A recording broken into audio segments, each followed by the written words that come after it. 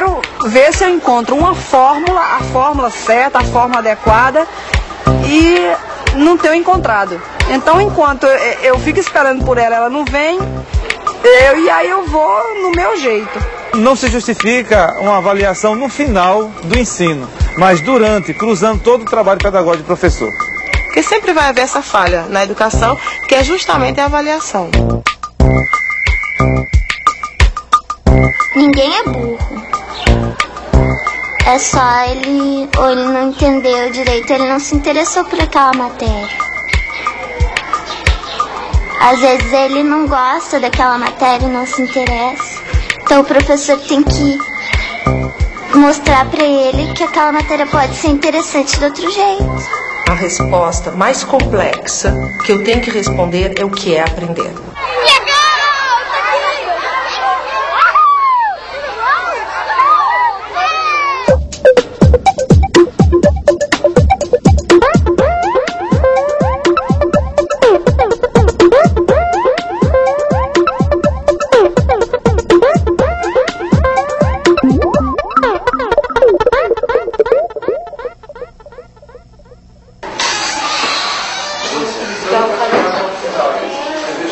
Avaliar para promover a cidadania, avaliar para promover esse aluno como um sujeito digno de respeito, com seus direitos, não é?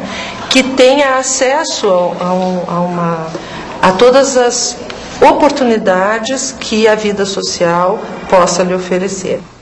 Todas as escolas têm que ter prova, tem que ver com o esforço do aluno, né? Se o aluno é bem esforçado, ele certamente vai bem nas notas, né? A avaliação também serve não só ao professor, mas ao próprio aluno, que ao se dar conta, né, do que ele já sabe, do que ele não sabe, do que ele precisa saber, ele reorienta os investimentos dele no seu próprio ato de aprendizagem. Uma avaliação que está sempre apontando um caminho, é uma avaliação discutida.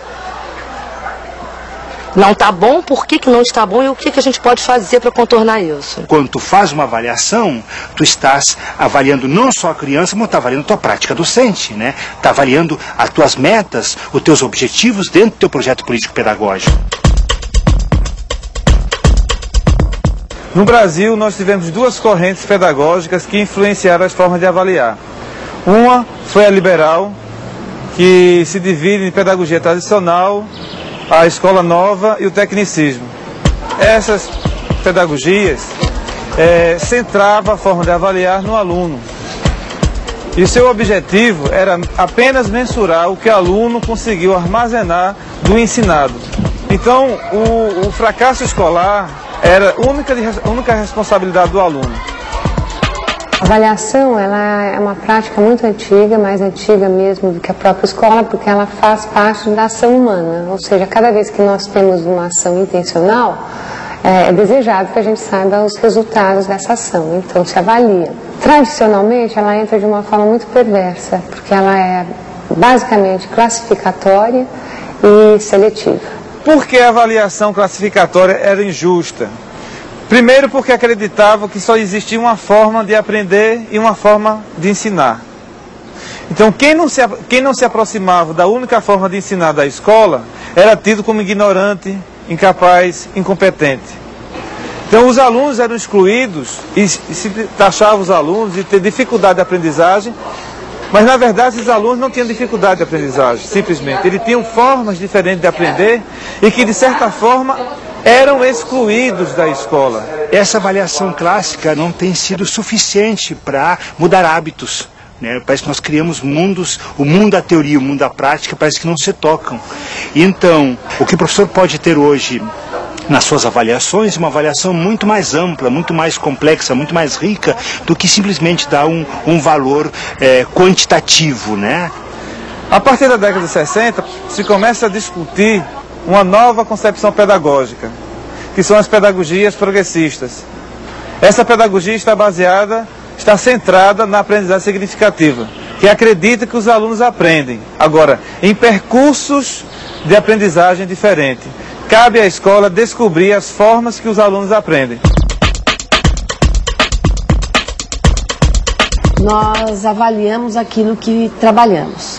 E a escola trabalha com conteúdos que são de natureza mais conceitual, mais factual, trabalha com conteúdos de natureza procedimental, trabalha com conteúdos que são de natureza valorativa, né, que são os valores e as atitudes. Isso tudo é conteúdo escolar no sentido de que são questões que a escola assume como sendo da responsabilidade dela.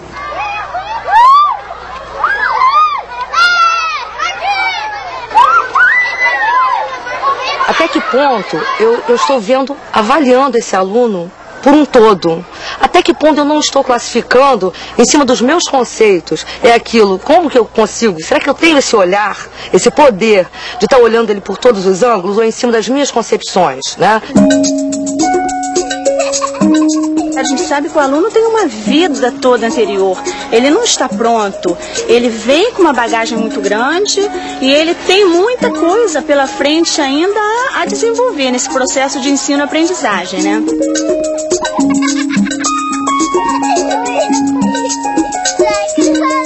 Eu acho que a boa professora é quem entende os alunos, né, que nem todos são iguais. Porque tem aquele que aprende melhor, tem aquele que é mais devagar, né? Tem aquele que vai mais rápido, mais explosivo, né? Tem todos os tipos de crianças, né? O objeto da escola é sistematizar conhecimento. A criança tem que saber escrever, a criança tem que saber ler, a criança tem que saber posicionar geograficamente, ela tem que conhecer todos esses conteúdos que são fundamentais para a sua leitura de mundo.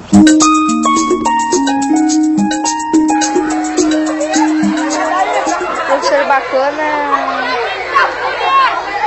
é que dá exercício que ajuda a gente. É o professor que explica, que ensina, quer que a gente saiba cada vez mais. Bom aluno é aquele que se interessa, que faz os trabalhos, que dá a sua opinião. Eu acho assim que a professora que sabe ouvir os alunos, ela consegue entender o problema dos alunos. Eu costumo respeitar bastante a criação do aluno, não é aquela coisa que eu quero que ele me diga que seja isso. Se ele me apontar o caminho que ele achou que deu o resultado, então eu tenho que aceitar aquele resultado dele. Enquanto você atende uns, os outros ficam sem atendimento e a hora passa, o dia passa, e tem realmente certos alunos que você não consegue pegar para dar assistência naquele dia. Você vai montar para mim o número 55. Uma avaliação contínua exige muitas tarefas, muitas oportunidades de expressão ao aluno. A primeira sugestão é que o aluno tenha várias oportunidades de expressar o seu conhecimento a respeito de um estudo, de uma noção em desenvolvimento, e que essas várias expressões do aluno seja então observada pelo professor na sua evolução, na sua complementação. Que ela me fala que ela não precisa decorar os conteúdos, que ela está aprendendo. E esse é o caminho, né? Eu lembro que quando eu estudava, eu decorava. E hoje eu não lembro mais. Porque eu não aprendi, eu decorei. E ela está aprendendo. É muito interessante a gente discutir o erro. Primeiro, que nem todo erro é um erro construtivo. O erro passa a ser construtivo quando ele é uma hipótese do aluno em relação ao desafio que o professor lançou. Mas é interessante também a gente perceber que esse erro construtivo do aluno não nasce do nada, não aparece do nada. O erro construtivo só aparece quando o professor cria situações didáticas que possibilitem o aluno pensar, refletir sobre o desafio. Mesmo que ele tenha conseguido fazer pouco, parabéns, você conseguiu até aqui, né? Você vai conseguir muito mais, né? Então, através do elogio também, na avaliação, a gente consegue sempre progredir. Eu posso atribuir uma nota qualquer a qualquer sujeito, a qualquer pessoa. Agora, se essa pessoa vier a mim e questionar por que eu atribuo este 8, este 7, este 6, eu terei que me explicar. Eu terei que definir as minhas concepções. Todo professor que ele se compromete, ele tem essa angústia, sabe, está permeando sua vida o tempo inteiro. Isso a gente tenta sanar como? conversando, trocando com os outros, é com a direção, com a coordenação, com outro professor. É um outro olhar que se busca para tentar somar o seu. Para mim, para se ter uma boa escola, tem que existir a prioridade, é a comunicação, tá? E a união entre pais e professores, né? Isso tudo exige competências que o professor vai ter que desenvolver no decorrer do tempo, né? Atuando, refletindo e pensando. Para isso ele precisa estar em contato com bons materiais, com livros de teóricos, né, da educação. Ele precisa ter acesso a essa discussão de ponta.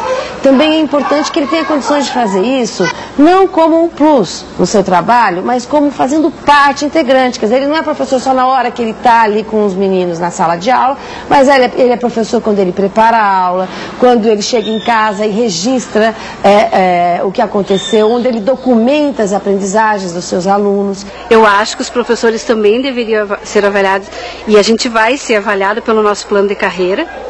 A gente vai ter uma avaliação.